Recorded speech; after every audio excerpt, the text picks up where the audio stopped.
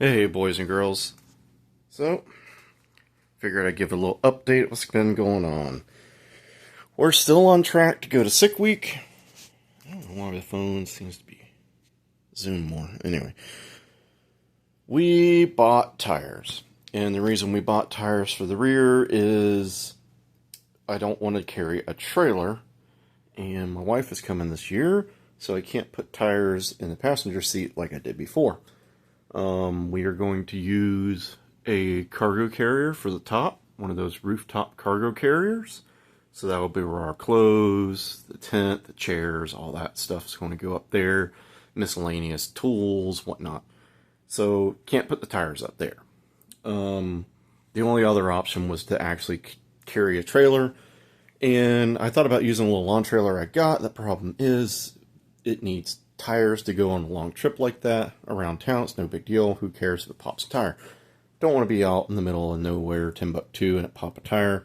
So I'd have to buy tires. I'd have to modify the trailer. I'd have to build a trailer hitch. By the time I'm all done with that, I could have just bought tires. So we bought tires. It's a little overkill for what we're doing here. They're Nittos. They are 325 50 15s. So these are actually bigger than what I had before. What I had before was a 295, so 295 millimeters across, and I think it was a 50-15, so 50% of the tread width is your sidewall or something like that. That's what the numbers mean, but this is 325 millimeters wide. I would have liked a little narrower of tire, but the only narrower tire is 275. So, and that's too narrow for these rims, because that's 275 racing class radials. They basically only sell that in this size for a 15-inch rim. 17-inch rim, 16-inch rim, 18-inch rim, 20-inch rim, almost any size you dream of. That's the way things are nowadays. Nothing's really in a 15. So we have the drag radials, so we can drive on these, we can run on the track on these, no more tire changing between tracks.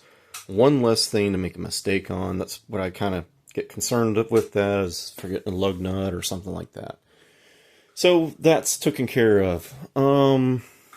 We have to still jet it. You can see the wideband meters over there.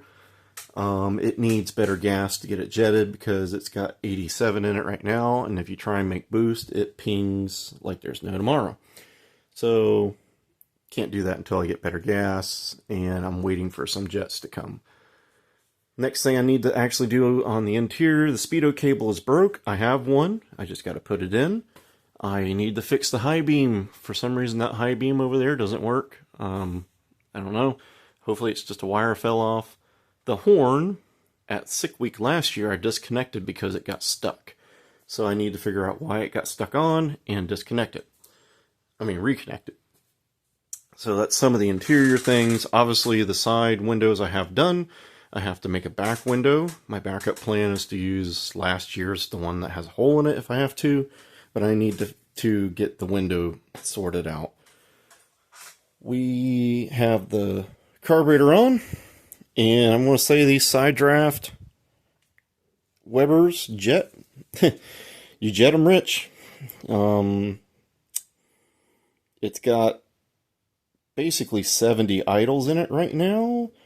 And they idle weird. Like, it's really lean at idle, but as soon as you tip into it and start driving around at like 1500, 2000 RPM, the idle jets is pig rich. So it's just, I guess, the nature of the beast, being the turbo and the engine so far away, it doesn't have a lot of vacuum. It kind of idles lean. And then once you start putting a draw on it with a little bit of load, it starts running pig rich. So I'm going to jet it for as good as we can get. All right. Look how much front intake track this thing has. This thing comes down here from the turbo, does a 90, does another 90, goes over here, does a 90 swoopy 45 into the manifold, and then spreads across over here. It definitely is a cold nature setup. There's all this is hanging out here. This has got a large diameter, and it's got no manifold heat. There is manifold heat once the engine starts warming up with the engine oil. But I do believe I'm going to build a shroud of some sort here over the carburetor. And just like Volkswagen did, I'm going to take some of the heat from the bottom of the cylinder tins and blow up in this area, because I think on those really cold days in January where it does get in the 40s, we're going to have a problem. I think it will ice up.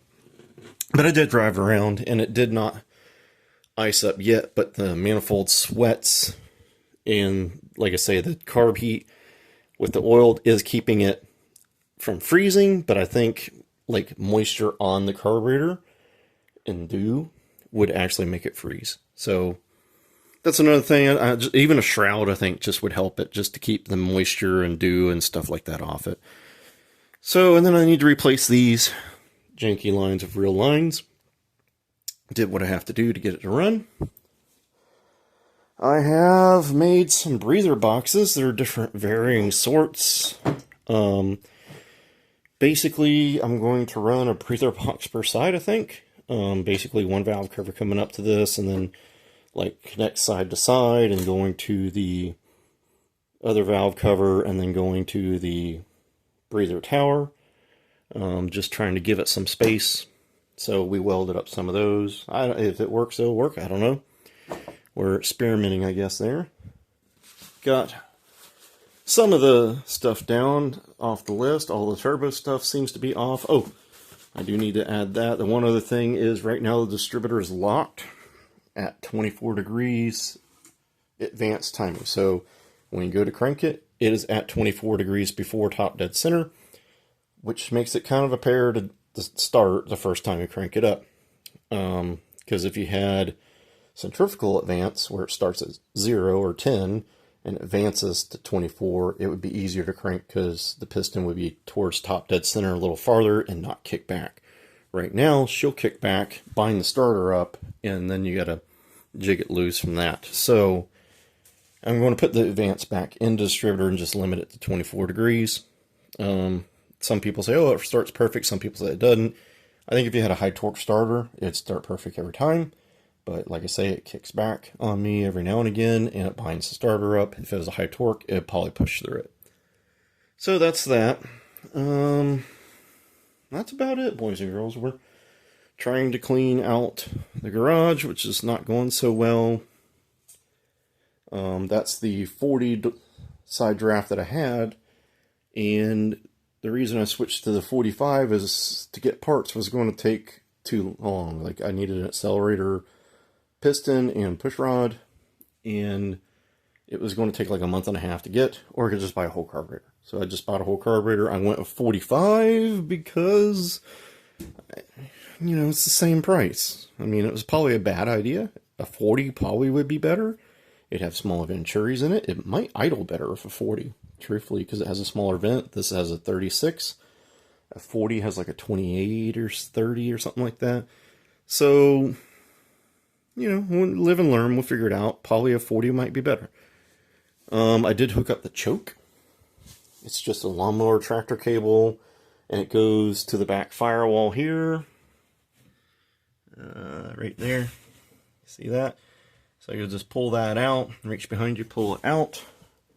And that, all it does is pull over here, and it moves some little jets out of the way and basically dumps more fuel into the metering circuit. It works.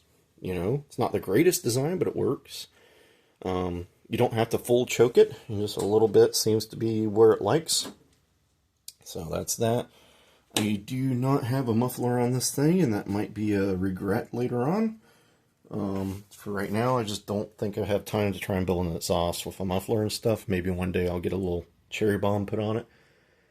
But that's about it. We're getting to the home stretch, and then it's going to be little refinements. I got to build a back window, and hopefully it will stay together for the whole entire week. So, boys and girls, this has been a long video. Get out there and get your projects done, and I'll see you later.